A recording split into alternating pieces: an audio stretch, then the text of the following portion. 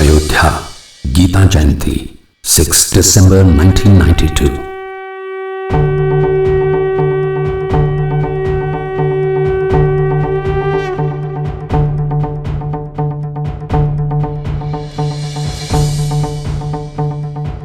These pictures narrate the tale of the biggest freedom movement of this nation. These pictures tell us that the birthplace of the Divine Being, whose teachings enabled this nation to show light to the world for thousands of years, is still in shackles.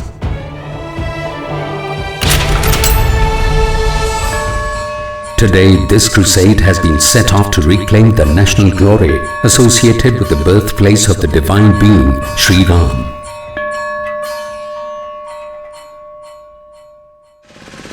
Whosoever comes to this holy land visits this place with the utmost desire to witness a day when the birthplace of his or her worshipped divinity would be liberated. All they wish is that the place related to the name that comforts and helps them to take the journey from this world to the world next be freed.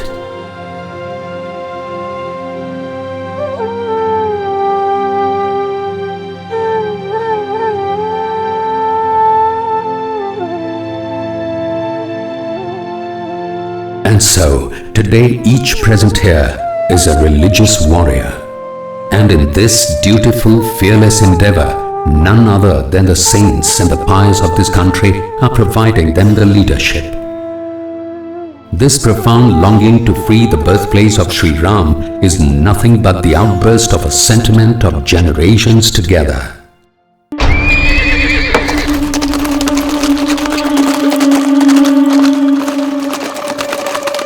The philosophy of religion has been the guiding force of our national duties and responsibilities, and the national ideals have always been the reflection of the religious conviction. धर्म के बिना राष्ट्र का व्यवहार अच्छी रीति से नहीं हो सकता है। समग्र विश्व का कल्याण के लिए धर्म की आवश्यकता है। विश्व का अंतर्गत राष्ट्र भी है, तो राष्ट्र का कल्याण के लिए धर्म अत्यंत आवश्यक है। धर्म के बिना नीति संपन्न राष्ट्र का निर्माण नहीं हो सकता है। Maryada Purushottam Ram's philosophy is the foundation of these guidelines, which have their roots in non-violence, forbearance and compassion.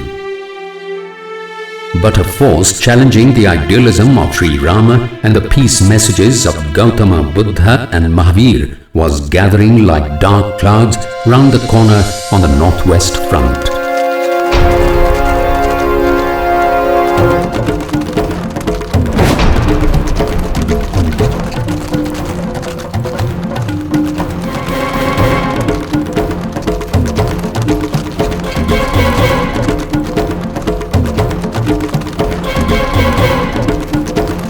This tempest of aggression that rose during the 8th century was indeed terrifying. Before this, Huns, Shakars and Kushanas marched into this land, but none was so dreadfully merciless as these invaders.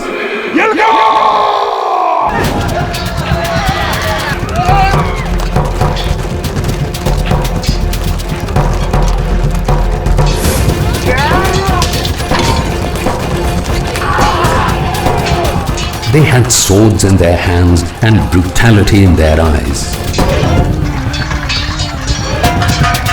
The great sons of this country did resist. They didn't lack the courage to stand up and fight. But those messengers of peace had no idea how to amuse themselves in bloodbath.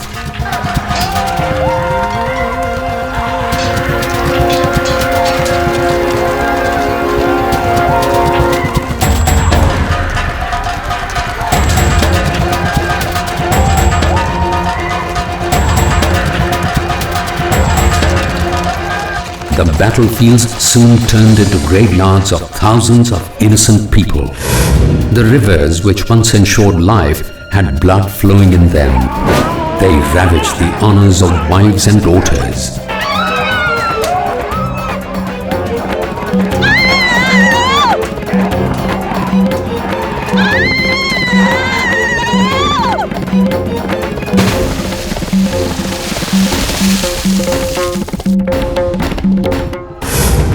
But the real intent of these invaders was yet to come to light. It was not just to conquer and expand their empire that they travelled this far. Their real aim was to wipe out the values and culture of this nation. And thus, the places of worship, which were the custodians of national pride and cultural traditions, were their first and primary targets. They wanted to make everyone read loud and clear that when the people of this nation, who drew their very inspiration of life from their religious conviction, couldn't protect their places of worship,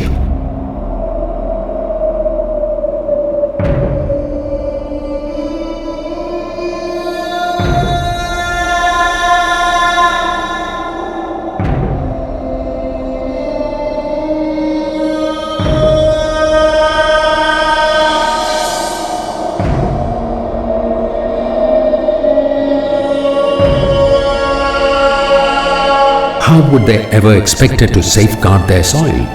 The cruelty and carnage even entered Ayodhya and the birthplace of Lord Rama. After destroying the temple on the birthplace of Lord Rama, a three-domed structure was erected. However, it could never eventually become a place of faith. Even Islam would never have permitted such atrocity. In fact, this was built more to commemorate a conquest.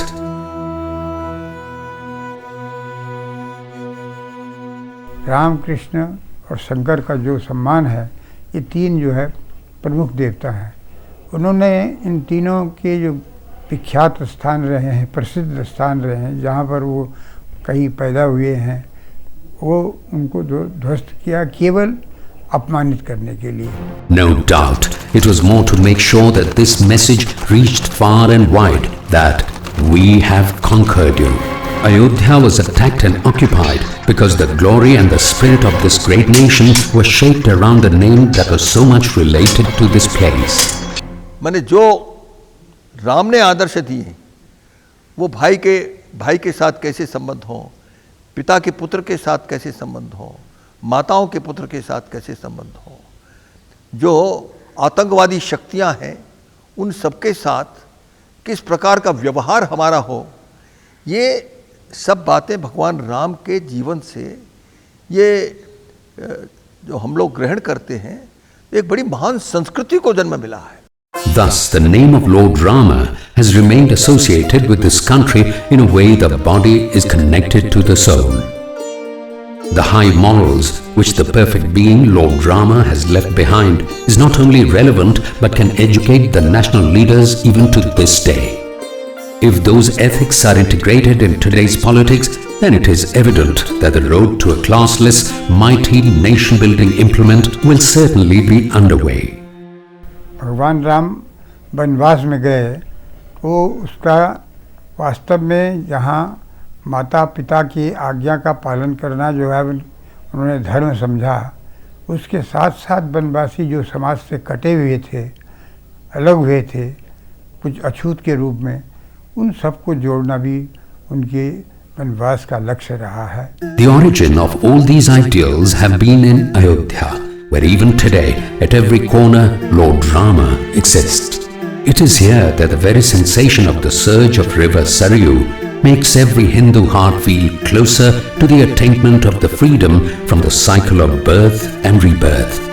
The idols of various gods and goddesses sighted at every nook and corner remind us of one or the other word of wisdom of Lord Rama. And it is from his birthplace, his very own Ayodhya, that Lord Rama has been alienated. His home was forcibly taken over, and Babar's general Mir Baqi, who by using the sheer strength of his army erected a building in the name of his master Babar, showed this audacity. But just by putting up a structure, did that place become a place other than Rama's birthplace? Was it possible to establish this pretense that this place had nothing whatsoever to do with Lord Rama? And so, the devotees of Lord Rama decided to liberate this place, more so as this was a matter of national conviction. Hindu समाज चाहता है राम ने सारे हिंदू समाज को जो है वो एक आदर्श उनके सामने प्रस्तुत किया है। आज उनको हम सम्मान नहीं दे सकेंगे तो वास्तव में हमको स्वतंत्र कहने का कोई अधिकार नहीं है। Even Swami Vivekananda observed that the invaders from across the mountains and over the seas targeted our places of worship, which were regained by our ancestors after going through immense hardships. And based on this philosophy, the national leadership resolved to reconstruct Somnath Temple, an icon of our national pride. The question of liberation of Sri Ram Janmabhoomi thus becomes even more important. भगवान राम धर्म और ईश्वर के युग्म स्वरूप माने जाते हैं और हम एक संकेत करना चाहते हैं। वो मर्यादा पुरुषोत्तम के रूप में हमारे सम्मुख आते हैं। उन्होंने जो मार्ग प्रशस्त किया उस मार्ग पर चल कर के हम कल्याण प्राप्त कर सकते हैं। और जो उनकी दो कृति भारतवर्ष में शेष है, जहाँ अवतारी महापुरुष के रूप में वो प्रकट होते हैं, वहाँ सेतु बंध जो इसको कहते हैं वो उनकी देन है। और रामेश्वरम में जो शिवलिंग है वो उनकी देन है। वो दोनों कृतियाँ आज पूरे विश्व को रामभद्र की प्राप्त हैं। भगवान राम अनुकरणीय हैं, सत्पुरुष हैं और प्रत्येक हृदय में उनकी यशोगाथा विद्यमान है। हमारे वंद्य हैं, आराध्य हैं।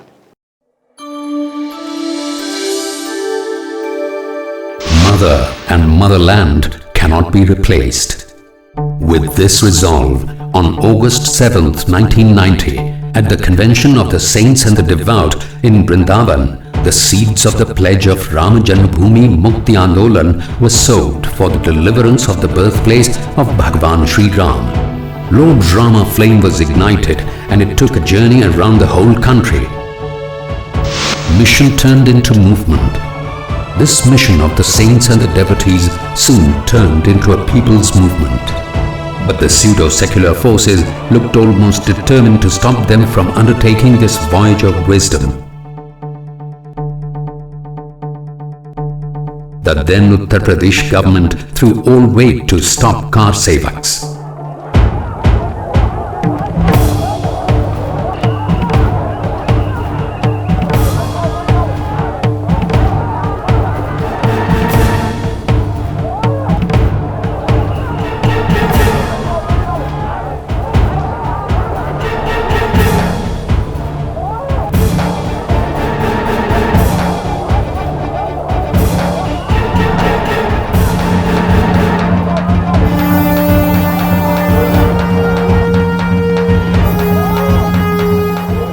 On 2nd November 1990, bullets were fired indiscriminately at the car sevaks on the order of the Uttar Pradesh government.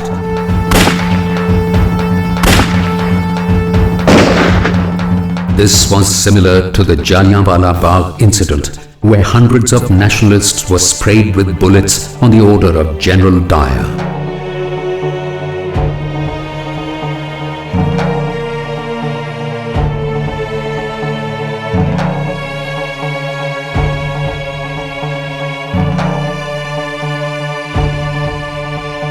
The occurrence ignited the hidden fiery sentiment of those nationalist Rama devotees.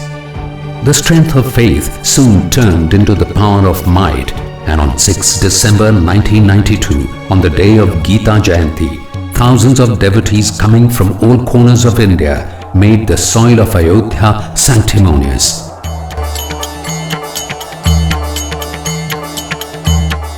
Though their intention was to peacefully let the whole world know that the time had come to give due reverence to our national pride. The reason for this too was quite clear. For them, this building was not a mosque. In it, they still found the gloom of slavery. To them, it was almost as if Mir Baki made it a point to make them remember that disgrace for all times to come. यदि हमने अयोध्या में, वाराणसी में या मथुरा में अपने मंदिरों को वापस लेने के लिए किया है तो निश्चित रूप से वो खोए हुए स्वाभिमान सम्मान को फिर से प्रतिष्ठित करने की भावना उसके This gets even more evident as those followers of Lord Rama didn't even touch a brick of any of those mosques which came on their way to the Babri Masjid. In Ayodhya too, there were dozens of mosques which not only went unharmed, but not a single follower even looked down upon them with a scoff. Their purpose was never to attack any religion or faith. They didn't have hatred in their hearts for the Muslims or for Islam. This was the very reason that allowed Muslim ladies to go out for their daily shopping just hours after the Ram Janmabhoomi Mukti Andolan took place on 6 December 1992. It was this devotion of the devotees of Rama that finally made it possible to bring to dust the symbol of assault on our national pride.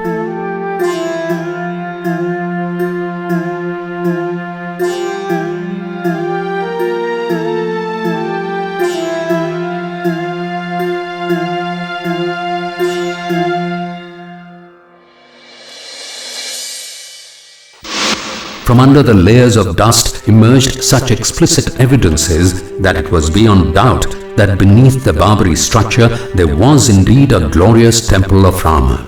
The mention of this temple and Sri Rama Janmabhoomi are found even in the writings of Muslim historians. Abul Fazl and the granddaughter of Aurangzeb, Mirza Jan, a contemporary of Wajid Ali, novelist Mirza Rajab Ali Beg, and others wrote in clear terms that in Ayodhya, a mosque was built on Sri Ram Janmabhoomi by demolishing the temple existing there.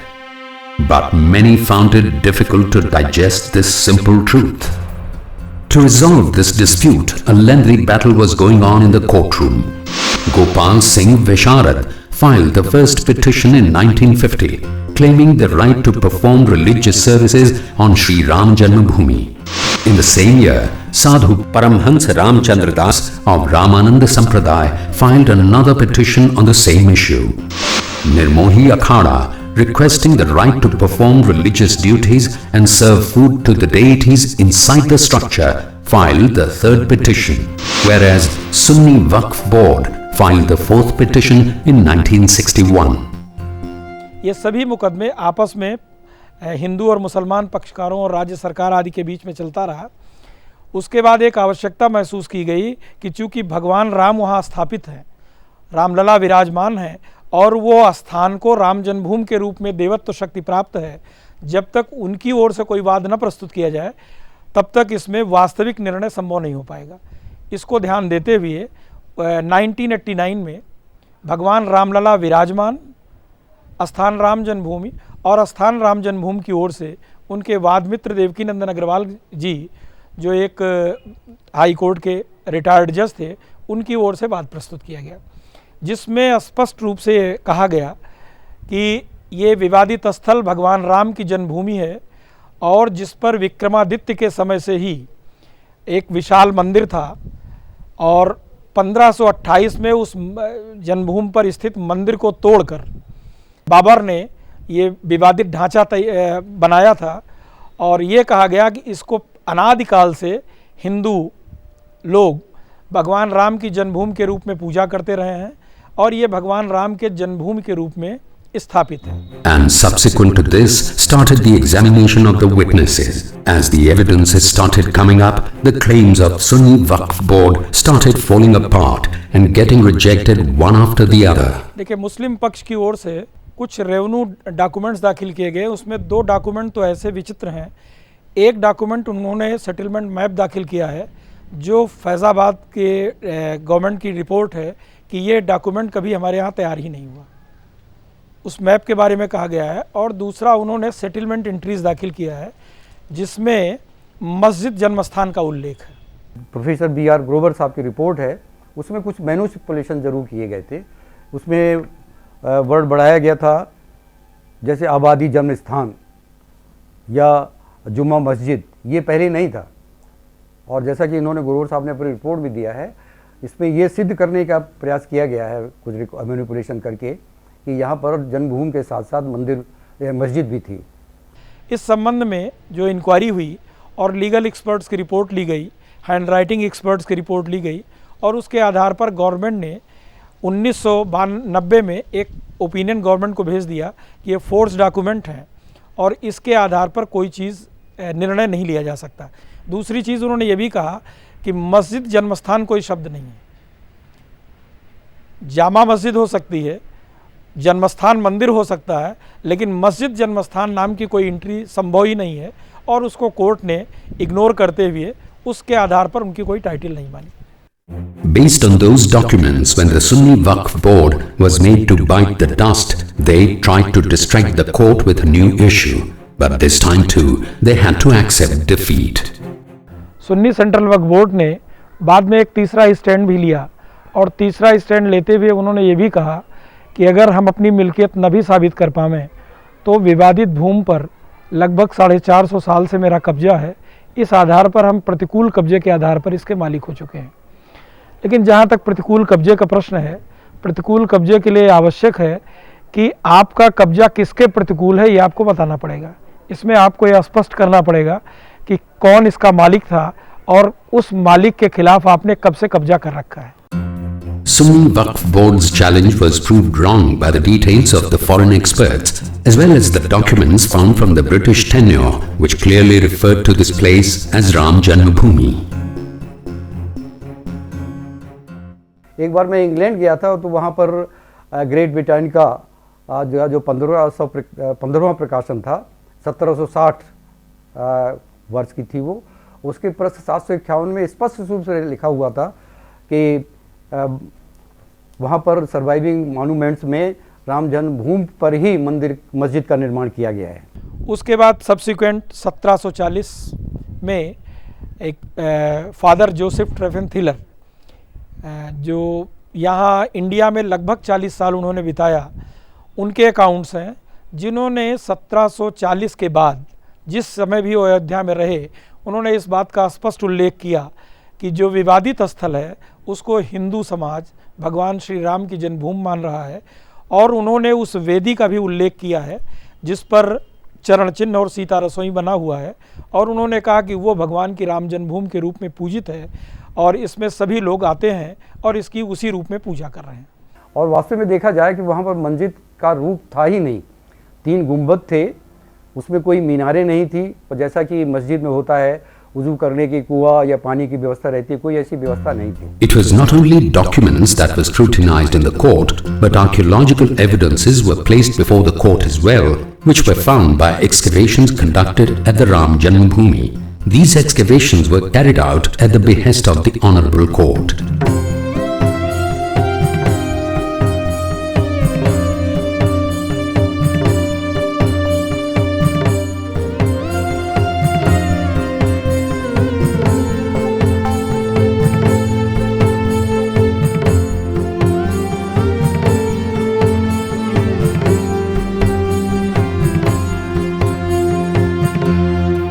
The court sought to find out answers to 3 primary questions. First of all, whether there was indeed a temple at that place earlier. Second, whether that temple indeed was destroyed by Mir Baqi. And third, and the most important question, whether that place was indeed the birthplace of Lord Rama. All these questions were answered through excavations. In this course of action, it was made sure that the excavation process remained completely trustworthy. प्रारंभ से ही एक मुसलमान और 2 हिंदू जजों 3 जजेस की पूर्णपीठ विशेष पूर्णपीठ बनी हुई है। तो उसमें यह भी रखा गया कि जो पुरातत्व वेत्ता है उसमें भी यह अनुपात रहेगा कि हिंदू और मुसलमान दोनों का अनुपात बना रहे। यहाँ तक कि मुस्लिम पक्ष की ओर से जो कि अप्रत्याशित थी, एक स्टेज पे एक दरखास्त आई कि साहब मुसलमान मजदूर कम मिल रहे हैं, तो न्यायालय ने फिर आदेश किया कि भाई मुसलमान मजदूरों की संख्या बढ़ाई जाए और मुसलमान और हिंदुओं दोनों का इस हिसाब से अनुपात रखा जाए कि एक ट्रांसपेरेंसी मेंटेन रखे। From the excavations to the investigations, a significant contributor to the whole process was Professor A.K. Sharma, who gives us the entire details. Court के आदेशानुसार जब वहाँ पर पहले तो उस स्थल का तो जो विकास इंटरनेशनल के द्वारा एक राडार सर्वेक्षण कराया गया। राडार सर्वेक्षण की रिपोर्ट में यह साफ प्रतीत हुआ कि ज़मीन के नीचे बड़ी बड़ी दीवारें और पिलर बेसेस या स्तंभ के प्रमाण हैं। तो कोर्ट ने फिर भारतीय पुरातत्व सर्वेक्षण को आदेश दिया कि उसी स्थल पे जहाँ पर राडार सर्वे किया गया है उसका उत्खनन किया जाए। उत्खनन करके जो भी प्रमाण सामने आते हैं वो पेश किए जाए। तो उत्खनन करने के बाद जो काफ़ी दिनों तक चला, मंदिर होने के वहाँ एक नहीं 3 स्तर पर 3 मंदिर होने के स्पष्ट प्रमाण मिले। पहला मंदिर जो उत्खनन में प्राप्त हुआ वो एक सर्कुलर शिवा श्राइन या गोलाकार शिव मंदिर था, जो हमको सबसे नीची सतह में मिला। और जो कार्बन 14 डेट होती है, जो जिसका परीक्षण Birbal Sahni institute of palaeobotany Lucknow से कराया गया, उसमें 9वीं शताब्दी का वो मंदिर था। शिव श्राइन के बाद दूसरा जो मंदिर बना, दूसरे मंदिर की दीवार बहुत चौड़ी थी, उसका अब वो चूने से प्लास्टर किया हुआ था और उसके अपना अलग फ्लोर लेवल था। और वो चूने के प्लास्टर बाद के जो दीवारें बनी उसके अंदर से जाता है। इसका प्रमाण है कि बाद का मंदिर बाद में बना। और उस मंदिर के ऊपर वो जब ढह गया तो तीसरा मंदिर बनाया गया। वो तीसरे मंदिर के जो कि 1228 के करीब बना, उस तीसरे मंदिर की दीवार भी पहले मंदिर के ऊपर ही बनाई गई, क्योंकि कोई नया नींव नहीं खोदी गई, नया फाउंडेशन नहीं खोदा, क्योंकि पहले मंदिर की नींव इतनी पक्की थी कि ज़रूरत नहीं थी। और उस पहले मंदिर के जो मलबे थे गिरे थे, उसमें से कुछ जो मंदिर के स्ट्रक्चर के टुकड़े थे वो दूसरे मंदिर की दीवारों में फंसे हुए हमको दिखाई देते हैं। तो ये पुरातात्विक प्रमाण है। और फिर जब तीसरा मंदिर बना वो भी उसी की दीवार के ऊपर बनाया गया और उसके प्रमाण हमको आखिरी मिलते, उसका अपना फ्लोर लेवल है। तो 1, 2, 3 फ्लोर लेवल हो गए। और फिर उसमें हम सबसे पहले हमको पूर्व दिशा की ओर दिखाई देता है कि गरुड़ ध्वज, क्योंकि ये विष्णु मंदिर था तो विष्णु मंदिर में गरुड़ ध्वज होना अनिवार्य है। तो गरुड़ ध्वज के लिए जो खाई खोदी जाती है, गड्ढा, वो गड्ढा मिला है खुदाई में। और गरुड़ ध्वज भी पहले मिल चुका है, जो कि अभी फैजाबाद संग्रहालय में ज्यों कहते हैं एक ही पत्थर का बना हुआ रखा हुआ है। उसके बाद फिर अर्धमंडप है। तो अर्धमंडप में जो 4 पिलर हैं, 4 स्तंभ हैं, उनकी दूरियां एक दूसरे से बराबर हैं, अर्धमंडप। फिर उसके बाद फिर आता है गर्भगृह। गर्भगृह में तो अभी श्री रामलला बैठे हुए हैं, वही गर्भ है, उसकी खुदाई नहीं हुई, लेकिन तो उसके दोनों तरफ हमको 50 स्तंभों के प्रमाण मिले हैं। तो स्तंभों के टूटे टूटे टुकड़े या उसके स्तंभों का पिलर बेस जो है, आधार जो है, वो ज्यों का त्यों मिला है। कुछ में पत्थर ज्यों के तो लगे हैं। और पिलर बेस को वहाँ बहुत मजबूत बनाने के लिए चारों तरफ आर्थोस्टेट, जिसको अंग्रेजी में कहते हैं, चारों तरफ खड़े पत्थर लगाए गए हैं। और 50 पिलर बेस मिले हैं और उनकी दूरी समानांतर है, एक से बिल्कुल बराबर हैं। वो प्रमाण देता है कि यहाँ पर मंडप था। तो ये रचना जो होती है सिर्फ मंदिरों में ही होती है, वो भी उत्तर भारत के मंदिरों में। कि पहले ये है गरुड़ ध्वज है, अर्धमंडप है, अंतराल है, फिर गर्भगृह है और दोनों तरफ फिर महामंडप है, मंडप। ये प्रमाण हमको स्पष्ट है, हमको वहाँ पुरातत्व खनन में मिले हैं। मस्जिद में कोई मूर्ति कला नहीं होती है, पेड़ पौधे की आकृतियाँ होती हैं, लेकिन जानवर या मनुष्य की कोई आकृति। लेकिन यहाँ पर हमको खुदाई में जो प्रमाण मिले हैं उसमें बहुत से प्रचुर मात्रा में पकाई हुई मिट्टियों के खिलौने, देवी देवताओं की मूर्तियाँ मिली हैं, और जो मस्जिद में नहीं होती हैं। मस्जिद में के खम्भों में कोई घट पल्लव नहीं होता है, मकर प्रणाल नहीं होता है। तो ये सब चीज़ें प्रमाणित करती हैं कि वहाँ पर मंदिर था, जिसको गिराने के बाद या जिसका मलबा मस्जिद में की दीवारों में इस्तेमाल किया गया। ये सब चीज़ें हमको मस्जिद की दीवार से मिली हैं, जो दीवारें मस्जिद ढहाए जाने के बाद भी खड़ी हुई थीं, बाकी बची थीं, उन दीवारों को तोड़ने से फिर ये हमको मिला है। बाबरी मस्जिद बनी, वो उसकी अपनी कोई फाउंडेशन या नींव नहीं है। वो जो मंदिर था, मंदिर की दीवार के ऊपर ही उसकी दीवार खड़ी कर दी गई है। दूसरी बात यह है कि मस्जिद के में बनाने में कोई नई चीज़ों का उपयोग नहीं हुआ है, कोई साबुत ईंट नहीं मिली है उसके मलबे से। जो कुछ है वो मंदिर के ढहाने से जो मलबा बचा उसी से मस्जिद खड़ा किया, पत्थर ईंट जो है, और ईंटों की जो लंबाई चौड़ाई है, जो मंदिर की ईंटों की लंबाई चौड़ाई है, वही लंबाई चौड़ाई मस्जिद की ईंटों की है। उसके जो फ्लोर लेवल है, तो जो पिलर बेसिस थे उनको, स्तंभों को जानबूझ करके बड़े औजारों से तोड़ा गया, तो इस वो पिलर बेसिस के जो ठूंठ बचे हैं उसमें उनके तोड़ने के निशान मिले हैं, और उनको दबाने के लिए मस्जिद का जो फ्लोर बनाया गया उसके नीचे उसको रख दिए गए। तो पिलर बेसिस थे उसके मंदिर का जो फ्लोर था, और फिर पिलर के टुकड़े हैं उसके ऊपर मलबा भरा गया, और मलबा के ऊपर फिर दूसरा फ्लोर बनाया गया मस्जिद का, जिसके नीचे पिलर को दबा दिया गया। ये सब खुदाई में स्पष्टता मिले हुए हैं। ये पूरा स्थल धार्मिक ही स्थल था शुरू से लेके आखिरी तक, इसके स्पष्ट प्रमाण हैं, क्योंकि हमको शुरू से लेके ऊपर तक आखिरी तक, यहाँ तक कि मस्जिद तक भी हमको सिर्फ धार्मिक ही भवन मिलते हैं या उसके अवशेष मिलते हैं। लोगों ने हमेशा कहा यही राम मंदिर, और उसमें खुदाई में राम मंदिर के ही प्रमाण मिले हैं। तो ये स्पष्ट है कि यहाँ ही राम की जन्मभूमि थी। और दूसरी बात यह है कि ये जन्म का जो स्थान होता है वो धार्मिक आस्था का मानना है, और धार्मिक आस्था को कोई किसी को चुनौती नहीं दे सकता।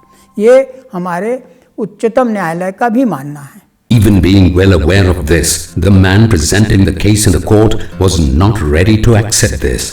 Even though the barricade of falsehood stands tall and strong, but one blow of truth can break it apart in no time. This is the picture of that inscription tablet which was found from the walls of the structure of Babri Mosque that was ruined.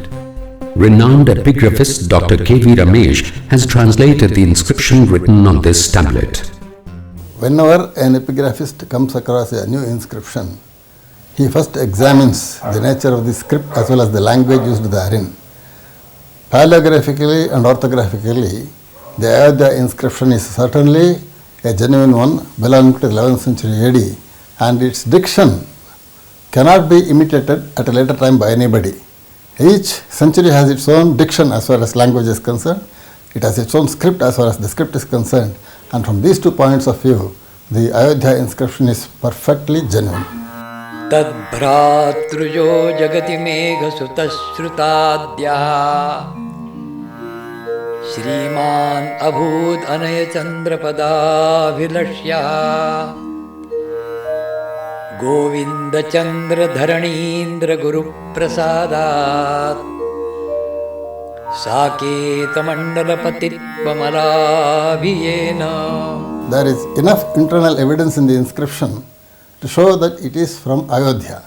We have the mention of Saketa Mandala, we have the mention of Ayodhya also, and the construction of the Vishnu Hari temple is the most important point in the inscription during the time of Govinda Chandra, the Gahadawala king.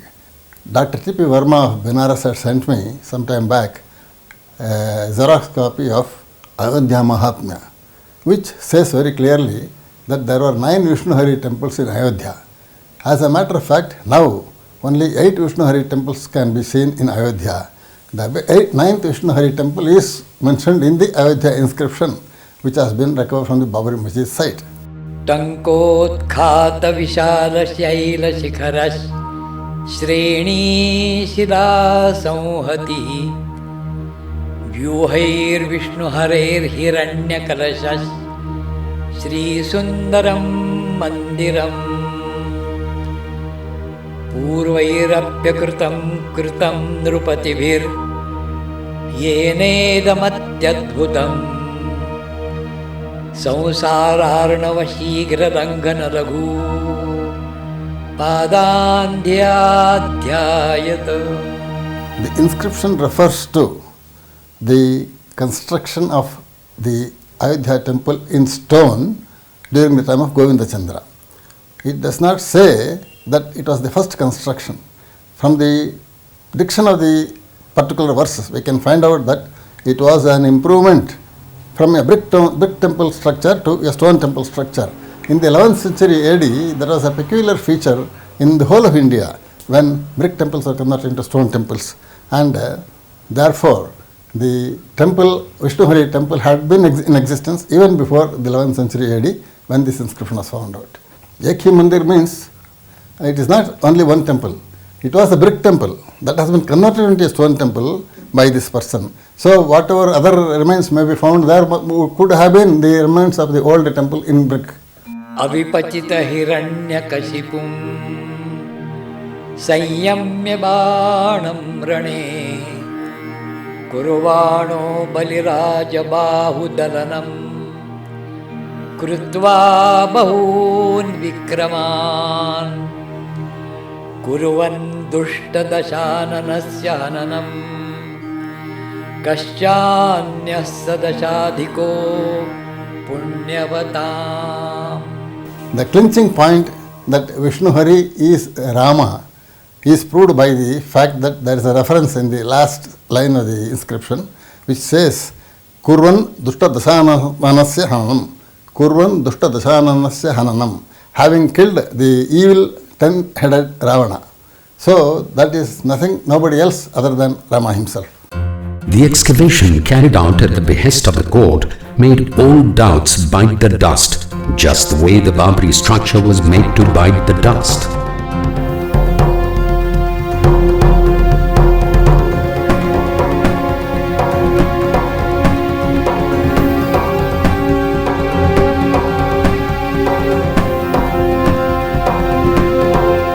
Hashim Ansari, who took this disagreement to the court, was well aware that under the mosque there was a temple, which made him say earlier that whatever the court would decide should be acceptable to him. But now even he made a complete U-turn of his earlier statement. देखिए, आज़ादी से पहले मस्जिद थी और अब फिर मस्जिद को होना चाहिए. इसके बाद हम कोई फैसला मानने के लिए तैयार नहीं. मस्जिद बनने से पहले उसके नीचे कोई मंदिर था, ये सरासर गलत है. So his approach is no different from that of Jilani, who sometimes speaks like a lawyer and sometimes comes up like a politician. अदालत का फैसला कोई होता है तो उसको हम देखेंगे. The court's verdict arrived, but neither Hashim Ansari nor Jilani were ready to keep their word. वाणी में हमारे गुरु साहब ने लिखा है कि वचन करके खिसक जाए सोई नर कच्चा. जो वचन किया दे कि हम कोर्ट को मानेंगे, पहले बात चल रही थी कि बातचीत से हम मसला हल कर लेंगे.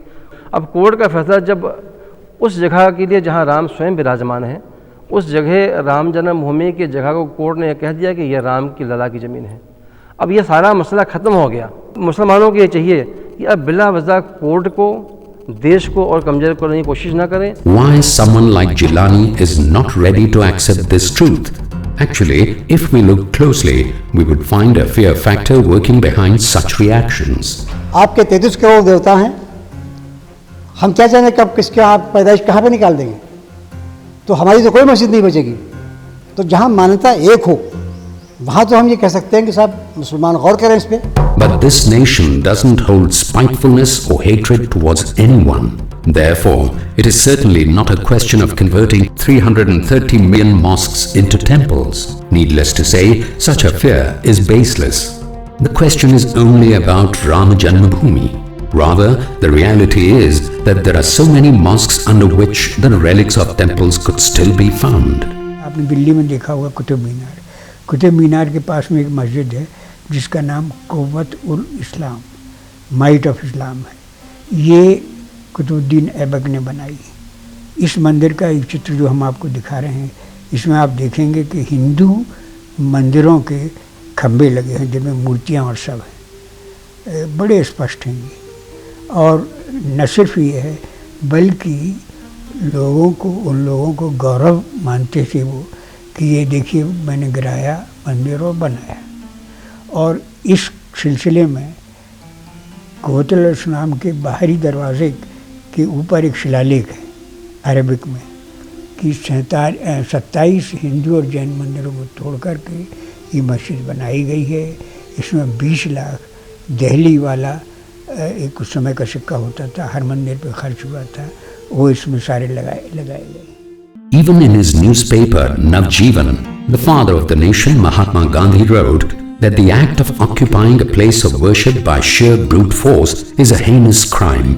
A Hindu will not tolerate the devastation of his shrine to bring up a mosque in its place. Wherever such things have happened, it exists as a mark of spiritual slavery. Every nation, every society wants to remove such aberrations.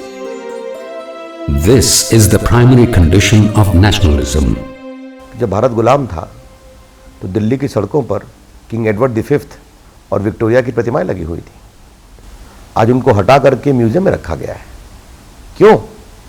क्योंकि वो दास्ता के प्रतीक के रूप में वो मूर्तियां लगाई गई थी। Hence, it's time to build a reverential temple on Sri Ram Janmabhoomi, temple of Maryada Purushottam Ram, whose life and teachings cannot be deliberated or limited by a religious belief or a national identity. A temple that will spread the message of love and humanity to the entire world. The great deed of the construction of the temple has already begun.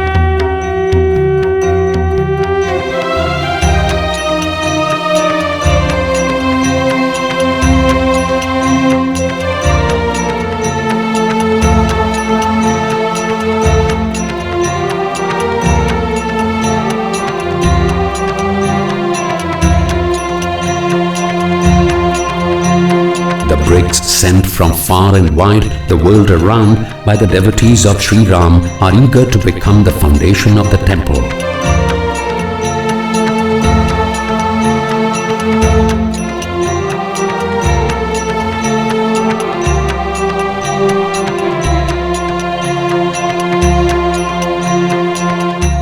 But at the same time, the devotees of Sri Ram are eager to make sure that the honorable court's reverence be maintained and the social goodwill is continued.